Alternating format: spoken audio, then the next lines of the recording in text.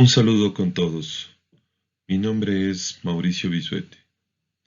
Esta oportunidad quiero hacer la presentación de la recensión de tesis doctoral titulada Formación del profesor universitario, evaluación de la actividad docente y promoción profesional.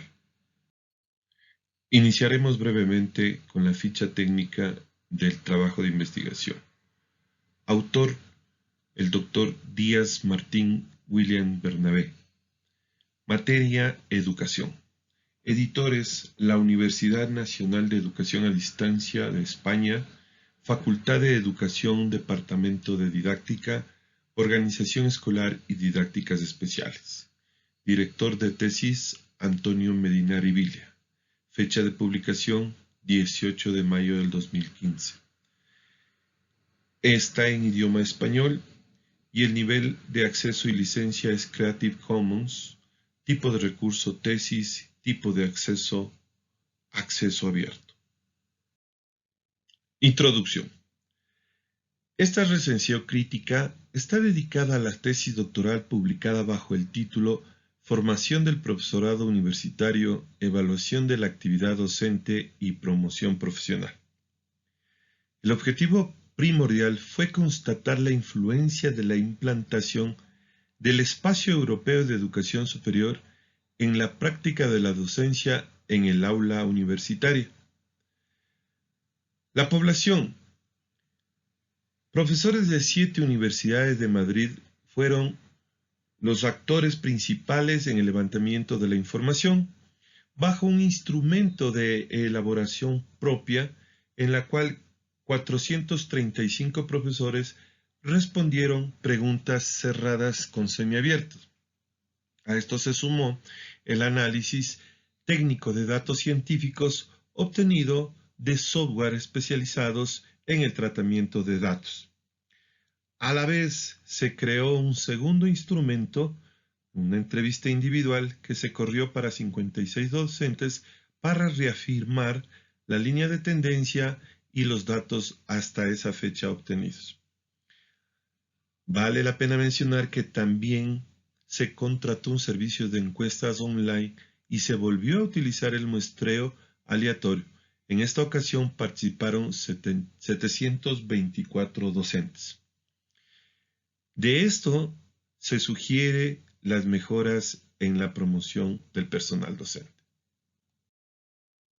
El reto más efectivo en esta ocasión era hacer un seguimiento horizontal de la actividad docente, teniendo en cuenta que la formación continua es un aspecto clave y que dependía de los formadores de formadores que consigan difundir de manera efectiva los aspectos básicos sobre el sistema educativo.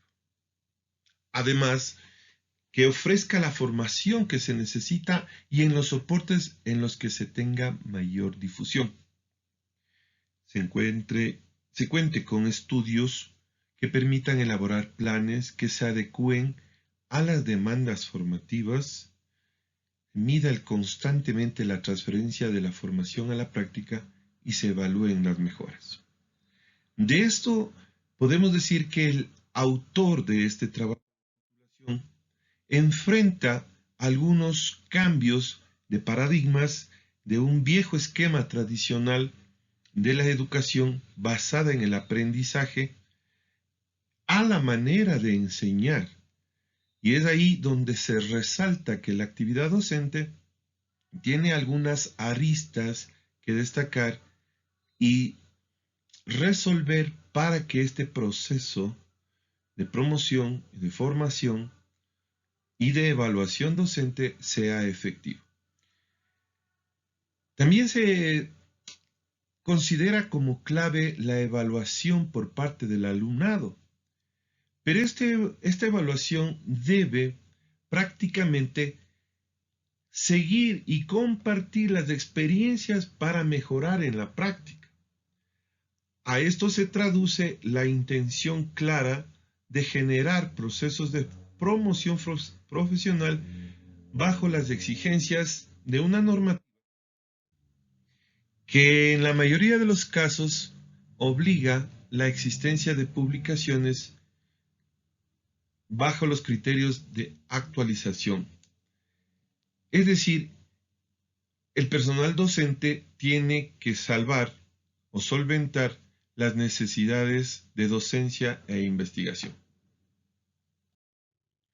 Siguiendo con la recensión de este trabajo, podemos decir que las experiencias expuestas sobre evaluación y seguimiento de la docencia entre iguales y las propuestas en los instrumentos dejan entrever un cambio de postura en el hecho de compartir experiencias para mejorar la práctica entre docentes afines y no afines.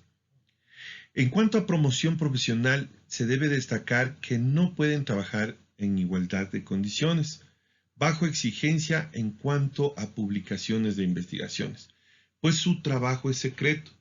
También hay argumentos en que destacan que se mide según ellos la cantidad y no la calidad de publicaciones.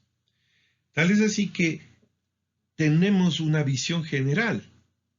La formación del profesor universitario, la evaluación de la actividad docente y la promoción del personal docente e investigador es uno de los roles que, pese a la dificultad de instaurar un sistema de reconocimiento, vale la pena insistir. ¿Cuáles son las tesis defendidas por el autor? Realmente yo he logrado identificar 3 problemas que se deben solucionar en la formación docente destinada a profesores universitarios. Primero, tenemos los profesores con experiencia, quienes deben ampliar el abanico de recursos didácticos hoy existentes.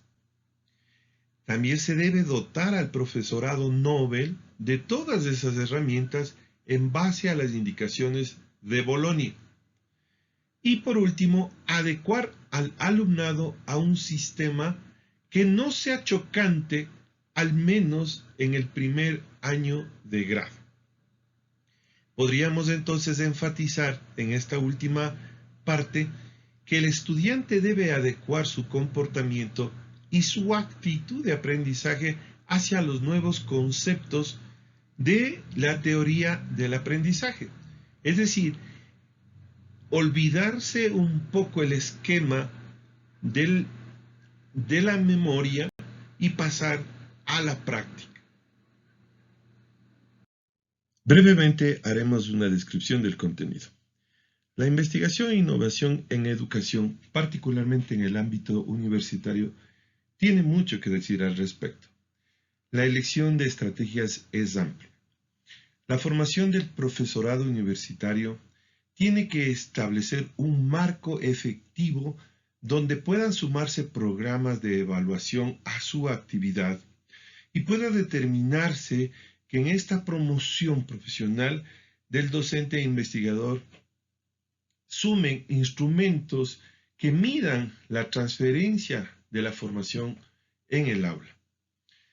Entonces debemos armonizar el desarrollo de competencias que requiere el estudiante conseguir y entender en el nuevo modelo y estilo de aprendizaje. Se hace entonces necesario el cambio del paradigma educativo. Partiendo de que el modelo tradicional de enseñanza-aprendizaje está casi agotado. Supone igualmente, como ya sabemos, un cambio de rol en el profesorado, especialmente en el desarrollo en la competencia de la comunicación por parte del alumnado. Obviamente estará sujeta a evaluación por parte de los docentes.